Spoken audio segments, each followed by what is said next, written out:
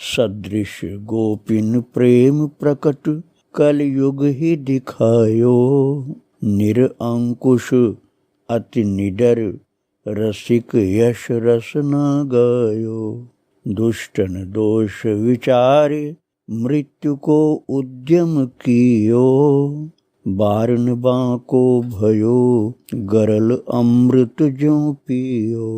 भक्ति निशान बजाय के काहू ते नाही लजी। लोक लाज कुल श्रृंखला तज मीरा गिरधर भजी। श्री राधे राधे। भक्तों, प्रभु की भक्ति इतनी ऊंची चीज है कि साक्षात देवी देवता,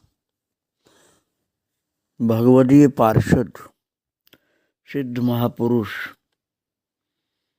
और स्वयं ठाकुर जी भी उस अपने प्रिय भक्त की सेवा करने के लिए तैयार हो जाते हैं।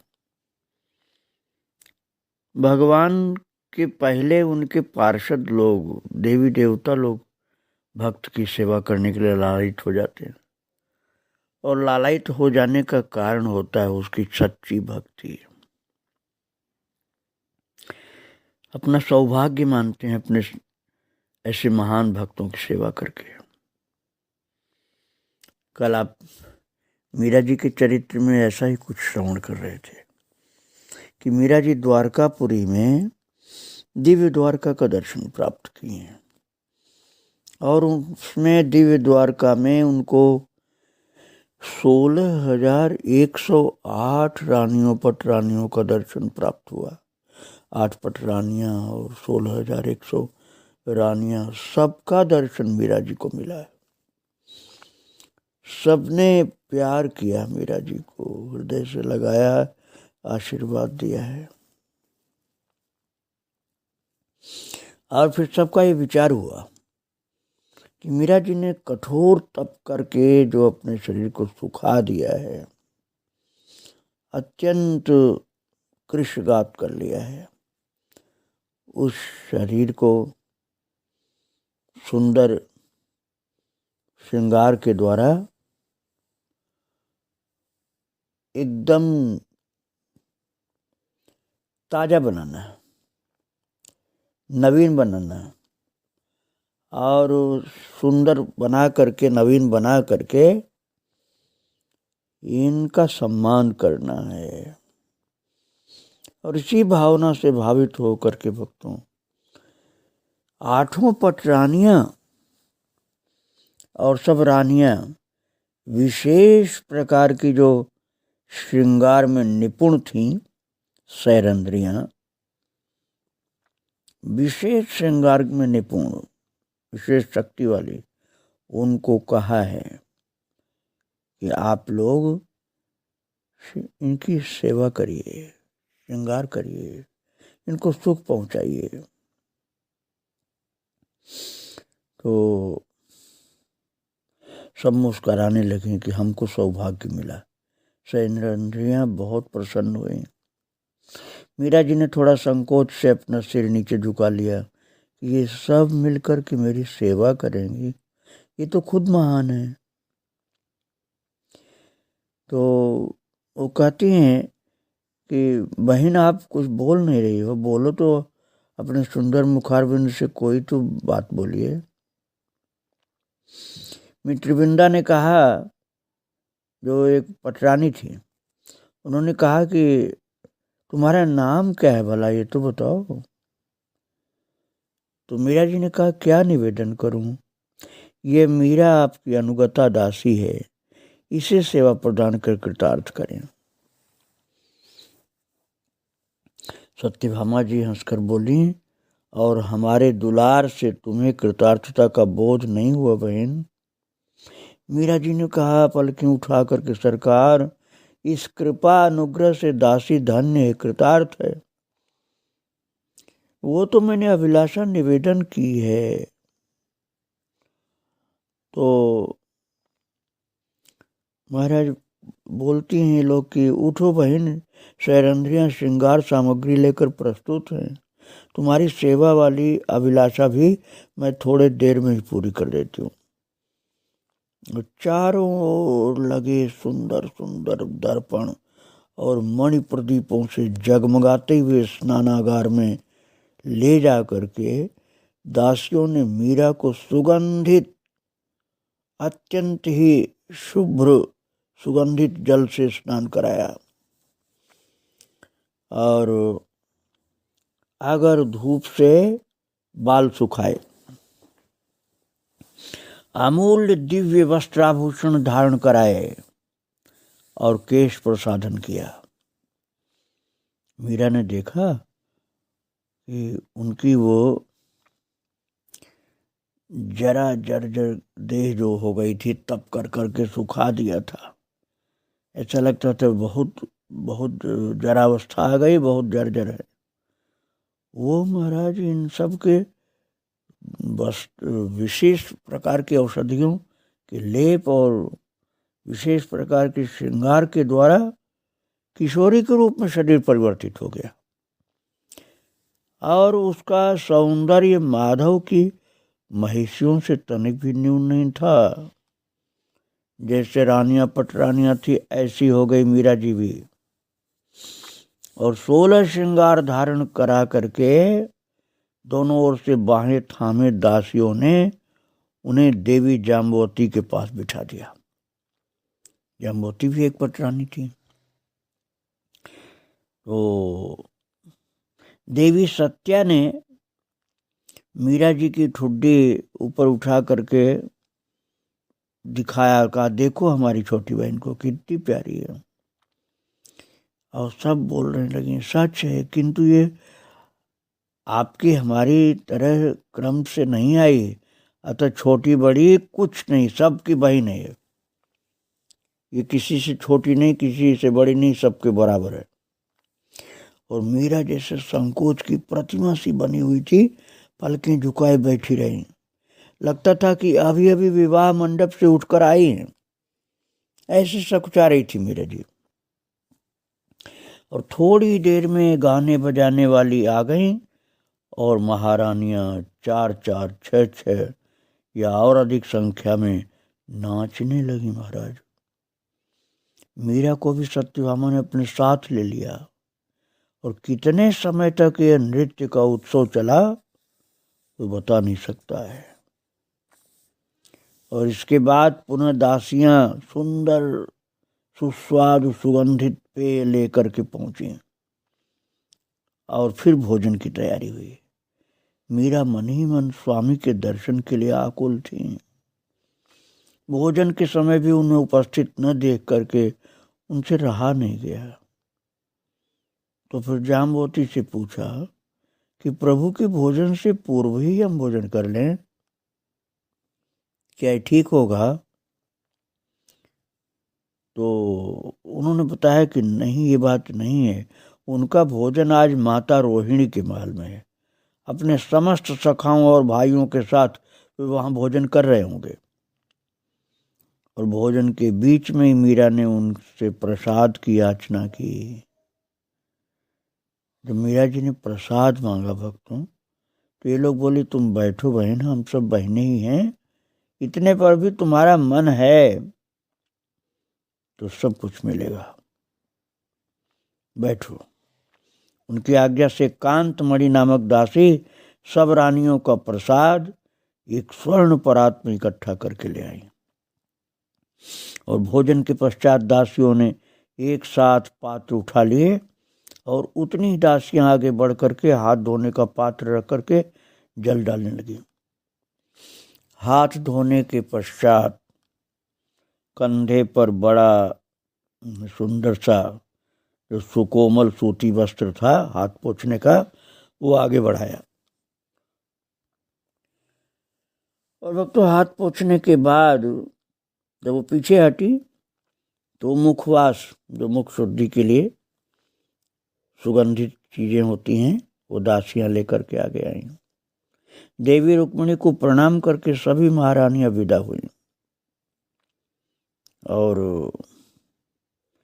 कांचना जो पट्ट महिषी के स्वर के साथ एक नव या दासी थी, वो उपस्थित होकर के भूमिष्ठ प्रणाम करके विनय पूर्वक खड़ी हो गई। अपनी स्वामिनी को अपने महल में ले जाओ, ऐसी आज्ञा उनको मिली। तो देवी रुक्मिणी की आज्ञा पा करके मीरा संकोच पूर्वक उठ खड़ी हुई। उन्होंने महादेवी के चरणों पर सिर रखा, उन्होंने हृदय से लगा करके विदा किया रुक्मिणी माता ने। और दासी जो थी कांचना, वो पथ बताते हुए साथ चली। चौक में आकर के उस सामने की ओर आगे छोटी डेवढ़ी में प्रविष्ट हुई। मीरा ने देखा कि ये डेवढ़ी महल देवी रुक्मिणी के महल के अंतर्गत ही था, और डेवढ़ी पर द्वार रक्षिका के पास ही फूल लिए खड़ी दासियां मखमली पथ आच्छादन पर फूल बिखेरने लगी, और मीरा पद पद पर संकुचित हो रही थी। सोचती थी, मुझसी नाचीज के लिए इतना समारंभ, इतना व्यवस्था। उन्होंने लक्षित किया द्वारकाधीश की महारानियों के स्नेह, सौहार्द और निरभिमानिता को, उनकी दासियों की विनय युक्त सेवा, तत्परता और सावधानी को। अनेक कक्षों और दालानों को पार करके उन्हें विशेष रूप से सजे हुए एक रत्न जटित सुंदर रेशमी वस्त्रों से आच्छादित हिडोले पर बैठाया गया, झूले पर। और वे जिस कक्ष से होकर गुजरती थी, वहां जो दासी बैठी होती या कुछ कार्य करती होती, उन्हें देख करके खड़ी हो जाती थी वो दासियां। उनके हिडोले पर बैठते ही दो दासियां उपस्थित होकर चमर डुलाने लगी और एक पंखा चलने लगी। एक दासी बहुत सुस्वाद और सुगंधित पेय लेकर उपस्थित हुई। इसके पश्चात 25-30 वर्ष की एक दासी ने उपस्थित होकर प्रणाम करके हाथ जोड़ करके निवेदन किया, सरकार, वो बोल रही दासी मीरा जी से, सरकार, दासी का नाम शांति है, मेरी अन्य बहनें प्रणाम की आज्ञा चाहती हैं। अब मीरा जी को लगा कि जैसे तो जानी पहचानी सी लगती है जो अपने को शांति नाम की दासी बता रही। तो वो सोचने लगी कि इसे कहाँ देखा मैंने। तो अचानक पुरानी स्मृति उभर करके आई मीरा जी के मन में, और मन ही मन बोल उठे, अरे ये तो मेरी धाय माँ लग रही है जो अपने को शांति नाम की दासी बता रही है। तो मेरी धाय माँ है, मेड़ता में थी ये तो बिना कहे उन्होंने संकेत से इजाजत दे दी जो सेवा करना चाहती थी उसके लिए, क्या प्रणाम करना चाहती। शांति दासी ने बताया था कि सब हमारी जो बहनें प्रणाम करना चाहती हैं आपको। तो मीरा जी ने इजाजत दे दी कि ठीक है, जैसी इच्छा आपकी। तो एक एक करके दासियां आगे बढ़ करके प्रणाम करने लगी, और शांति नाम की दासी, जिसे धाय माँ के रूप में पहचाना मीरा जी ने, उन सब का नाम शांति बता रही थी, काम बता रही थी, और वह बताती, उम्र बताती थी। और शांति को बार बार मीरा जी देख रही हैं कि शांति जो है ये दिव्य द्वारका की दासी है, और मैं तो इसको अपनी धाय माँ के रूप में देख रही हूँ। तो मीरा जी बोली, शांति तुम मेरी, आगे कहना चाहती थी मीरा जी कि तुम मेरी धाय माँ हो क्या। तो मीरा वाक्य भी पूरा कर नहीं पाई थी। तुम मेरी, ऐसे बोल के कि तुम मेरी वही हो क्या। शांति की ओर देखा तो शांति ने स्वीकृत में सिर हिला करके मुस्कुरा दी कि हाँ मैं वही हूं। और भक्तों, जो कांचना दासी थी दिव्य द्वारका की, ये कौन थी? महाराज मिथुला थी, जो चित्तौड़ में जहर दे करके विक्रम के द्वारा मार दी गई थी। तो मीरा जी ने पहचाना है और फिर मीरा जी ने जानना चाहा तो क्या चमेली, केसर, मंगला आज सब भी यहाँ से जुड़े हैं? तो बोली शांति की, जी सरकार, जब नित्य धाम से प्रभु अथवा परिकरों में से कोई भी जगत के धरातल पर आता है तो उसे अकेला नहीं भेजा जाता। भक्तों और दिव्य दासी बता रही है कि दयामय प्रभु सहायकों के रूप में कई निज जनों को भेजते हैं। प्रधानता भले ही एक की रहे, परंतु अंतर जगत से पूरा परिकर अवतरित होता है और उनसे जुड़कर संसार के हजारों जन कल्याण पथगामी होते हैं। कांचना को अपनी स्वामिनी महादेवी वैदर्भी का वियोग दुस्सह था, क्योंकि उन्हीं रुक्मिणी जी की दासी थी कांचना, तो उसे शीघ्र बुला लेने की योजना थी। तो 8 पट महिषियों से वो मिली थी। 8 पट महिषियों ने फिर अब एक दासी सेवा सहायता के लिए प्रदान की है, ऐसा बताया। मीरा जी ने मुस्कुरा कर पूछा, तुम? तो वो बोली कि मैं महादेवी जाम्बवती की सेविका हूं। सरकार, ये श्री चरणों का महल है और हम सब आपकी आज्ञानुवर्तिनी दासियां हैं, ऐसा बोली कि ये आपकी का महल है। मीरा जी से कहा, आपके लिए महल है, आज्ञा प्रदान करने में तनिक भी संकोच नहीं बरतना, यही मेरी प्रार्थना है। और शांति ने अंत में हाथ जोड़कर निवेदन किया।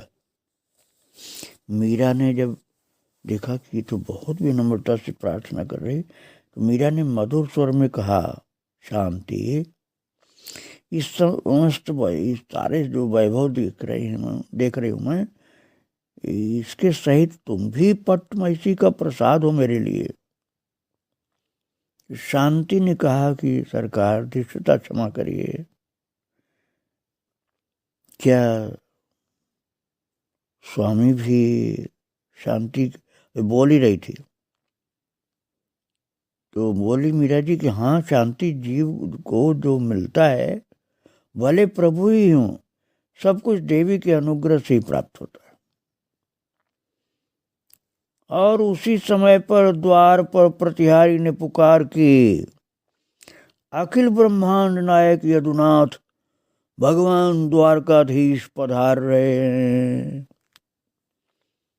और जब सबने सुना कि द्वारकाधीश भगवान पधार रहे हैं तो चारों ओर हलचल मच गई। उन्हीं के वह की 2 दासियों ने आकर के उनसे अपने साथ चलने की विनय की और वे जिस कक्ष में उन्हें ले गई मीरा जी को, वहां मानो सत्व गुण ही नाना उपकरणों के रूप में मूर्त हो उठा था। उस कक्ष की प्रत्येक सज्जा श्वेत थी, केवल उनके अपने वस्त्राभूषण भिन्न चमक रहे थे। वहां ब्रजमणियों का शांत सुखद प्रकाश था और पलंग पर टंगे हुए श्वेत चंदों में मुक्ता की झालरें लटक रही थी। द्वार, पलंग, भूमि और नाना उपकरण स्फटिक, हीरे और मोतियों से बने थे। दासियों ने मीरा जी को पलंग पर बिठाया और 2 दासियां उसी समय पेय और खाद्य पलंग के बराबर ऊंची चौकियों पर सजा करके ले गए। 2 सुगंध सामग्री लेकर आई और 2 सुंदर रेशमी वस्त्र ले आई। और इस कक्ष में प्रवेश करने वाली दासियों के वस्त्र भी श्वेत ही थे, जिनसे उनका गौरवर्ण अधिक निखर गया था। ऐसा लगता था मानो बर्फ की सजीव पुतलियां हों। सब कुछ यथास्थान रख करके उन्होंने झुककर मीरा जी को प्रणाम किया है भक्तों। और फिर इसके बाद विनम्र स्वर में मीरा जी से जाने की आज्ञा मांग करके निकली। तो बोली कि मैं बाहर ही हूँ, सेवा का संकेत पाते ही उपस्थित हो जाऊंगी। और सेवा के संकेत के लिए एक चांदी की सुंदर सी चेन में घंटी बंधी हुई थी। जो उसकी आवाज़ बहुत सुंदर थी, बड़ी मीठी थी, और उस कक्ष में मल्लिका पुष्पों की मालाओं से सजावट की गई थी। श्वेत कमल उनमें जहाँ तहाँ गुथे थे। सौंदर्य, सौरभ और श्वेत रंग का ही वहाँ प्राधान्य था। वे अभी घुटने पर चिबुक टिकाए हुए सब देख ही रही थी कि द्वार रक्षिका ने सावधान किया। वे चौंक करके पलंग से उतर पड़ी। नीचे दृष्टि से द्वार में प्रवेश करके आगे बढ़ते हुए उन भुवन वंदे चरणों के दर्शन करती रही। पदत्राण संभवतः द्वार पर ही सेविकाओं ने उतार दिए थे और धीर मंथर गति से वे चरण आकर के सम्मुख थम गए, भगवान द्वारकाधीश के सम्मुख। और हृदय के आवेग, संकोच और लज्जा ने जैसे उनकी सांस की गति बढ़ा दी थी। और अब तुलसी, कमल, चंदन, केसर और अगर के सौरभ से मिश्रित देहगंध ने मानो अवश्य कर दिया, और नीचे झुक करके चरण स्पर्श की चेष्टा में वे गिरने लगी। उनकी सदा की आश्रय सबल बाहुओं ने संभाल लिया। और भक्तों, मीरा जी को प्रभु ने अपनी दोनों भुजाओं में बहुत प्रेम से आलिंगन प्रदान किया है, बड़ा स्नेह किया, दुलार किया। दिव्य द्वारका में इस तरह से मीरा जी को रानियां, महारानियां, पटरानियां ही नहीं, ठाकुर जी का भी आनंद प्राप्त हुआ है। प्रभु अपने हृदय से सटाए हुए हैं। और कितने दिन, कितने महीने, कितने वर्ष ये सौभाग्य उनको प्राप्त होता रहा, वे नहीं जान पाए। जहाँ देश काल दोनों ही सापेक्ष हैं, वहां ये गिनती नगण्य हो जाती है। और भक्तों, इसी रस के आस्वादन में मीरा जी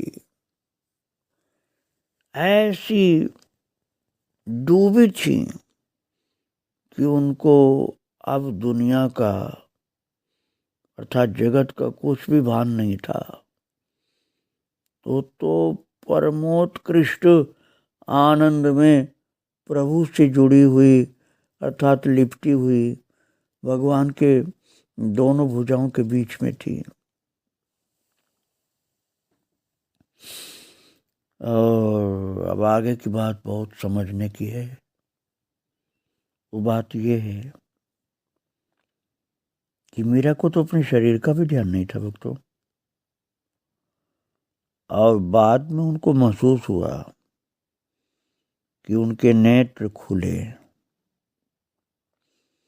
और आंख खुलने पर उन्होंने अपने को सागर तट पर पड़ी हुई पाया। सागर तट पर पड़ी हुई पाया अपने को। और भक्तों, ये एक दिन की बात नहीं, कितने दिन से पड़ी थी मीरा जी। और सेविकाएं बैठी हुई थी। उन्होंने देखा समुद्र नीला नीला, और फिर हृदय में सुलग उठा हल्का सा धीमा दाह।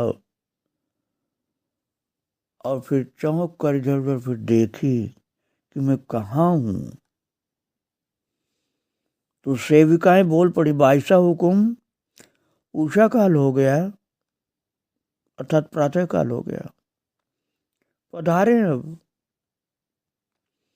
और मंगला जो सेविका थी, वो घुटनों के बल सम्मुख बैठ करके कह रही थी, देखिए ना, अरुणोदय हो रहा है, सुबह बिल्कुल होने वाली।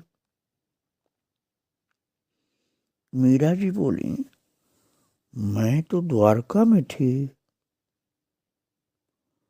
मैं तो अभी द्वारका में थी, यहाँ कैसे आ गई? ये कौन सा देश है? व्याकुल होकर के मीरा जी ने पूछा सेविका से। तो सेविका बोली,